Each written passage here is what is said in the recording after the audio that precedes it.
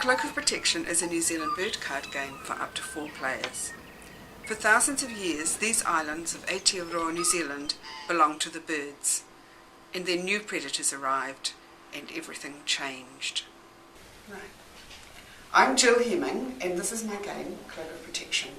Today we're going to play it with 5 fabulous students from Kapanui School.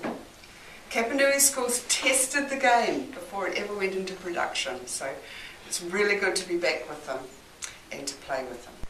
My name's Billie Jane and I enjoy playing Cloak of Protection because it's a fun game, but it is quite complicated.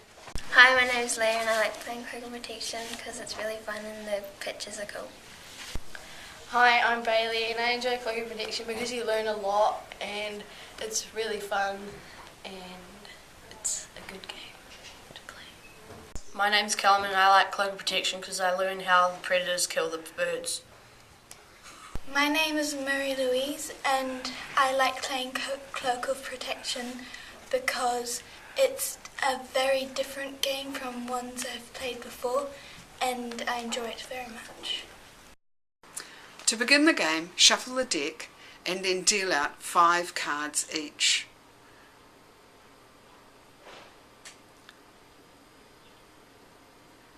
Then put the pack down in the middle and turn over your cards. This is an open-handed game. There are 4 realms or suites, colour-coded. These are Forest Realm with the god of Tane Mahuta, Sea Realm with the god Tangaroa, Settlement Realm with the goddess of human settlement, Minerva, and Extinct Realm with the goddess of the underworld, Hine Nui Te Po. To save the birds and win the game, you need to create a feather cloak in 1 bird realm. A cloak is made of 5 rows, 14 bird cards of the same realm, and a god protector at top.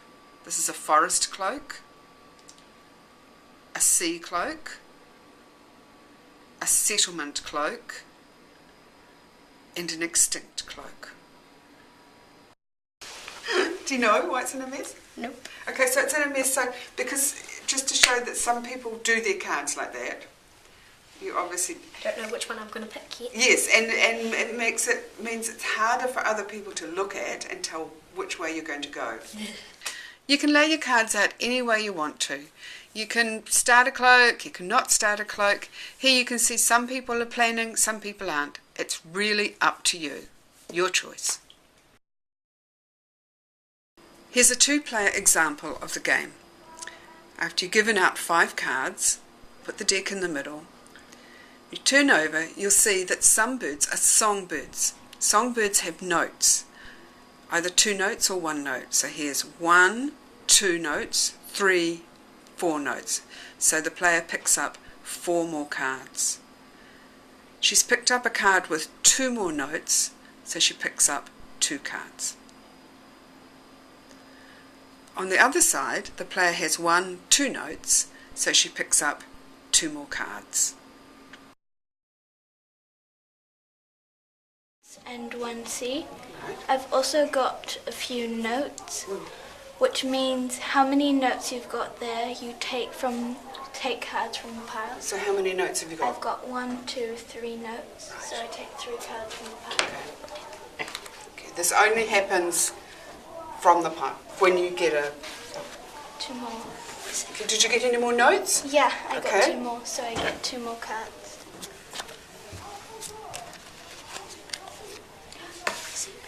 Okay.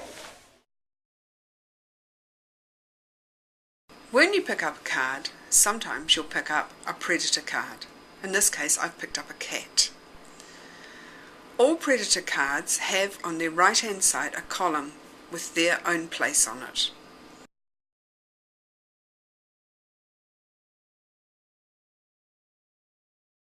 You can see here that every predator has a different position in the column.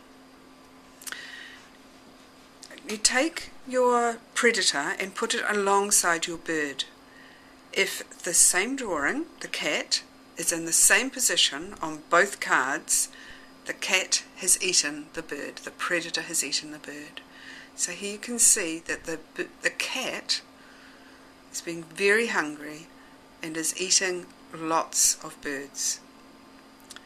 You go through your cloak and you go through all your cards, not just the cards in your cloak, to see what's been eaten.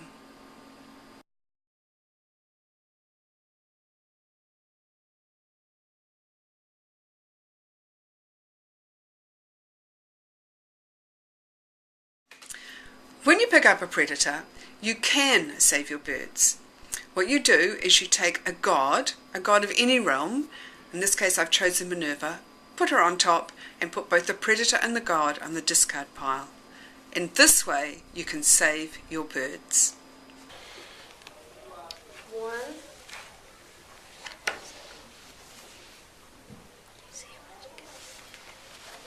2, 3, 4,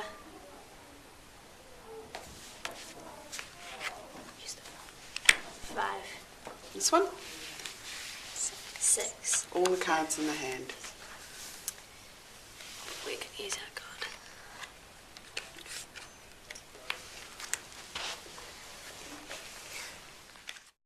So it's my turn and I'm about to pick up. Pick it up. Go. I got a Pandora. Then there's another way to save your birds, with Pandora. Pandora has one power and one power only. You can take your predator, put your Pandora down on the discard pile and give your predator to somebody else, anybody else, your choice.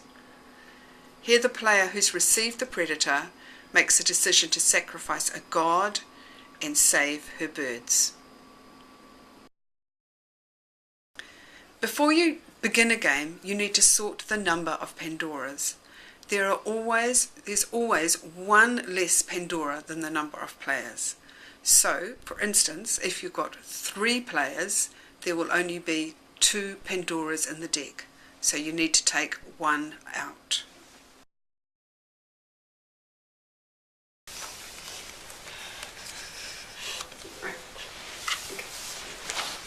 Marie, would you do 4 extinct birds for 4 forest? Sure thing. Thank you. At the beginning of your turn, if you want, you can offer a card swap with one other player. It's optional and can be any combination. They can say yes or no, or they can negotiate. Yep. These students are being very good about swapping evenly, but in fact you can negotiate any kind of swap. You can do 1 for 2, 5 for 1, a god for 3 cards. You can change the number. There's a couple of other ways of building a cloak. Here the player has picked up a god of the same realm, so she puts it in her cloak instead of a bird card. Would you like to explain us, something different has happened here, would you like to explain that row to us, please? I've got a spare extinct card here, and since it's got the same number 12 at the top like my other C card, I can use that and build a row together. For example, if I had another 12, I could put it in a row of 3. If I had 2 more 12s, I could put it in a row of 4 or 5 more. Yeah. Thank you. But you can only do it once. Yes. It is 4 rows. It needs 5 rows, but it has 4 rows completed. You can see that the god, Tangaroa, is there, but is also used here instead of a number card. Yeah. 1 row, you can only do this once, is made of number 11. So we have 3 11s for the 3rd row.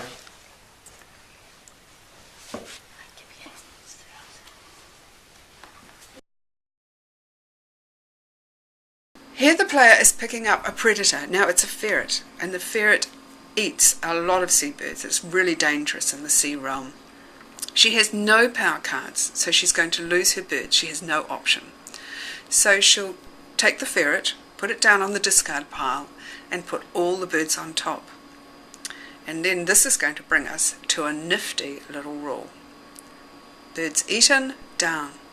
The next player, instead of picking up from the undealt pile, is going to take a god and pick up all the cards down to the predator. Put down the god. Now she keeps the birds. They're still alive, but they're now in her hand. I'm going to swap my forest for a settlement guard on the dealt pile. You pick up all the cards down to the predator and put your god down. Predator.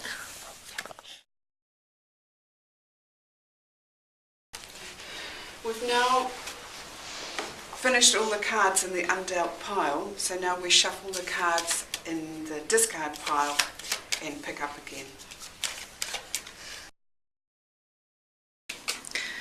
If you run out of time and for some reason need to finish the game, then you do a count of your cloak, your largest cloak. You must have a god card at the top, and then you count the bird cards. Here you can see that the person with the sea cloak, even though one row is of numbers, has won the game.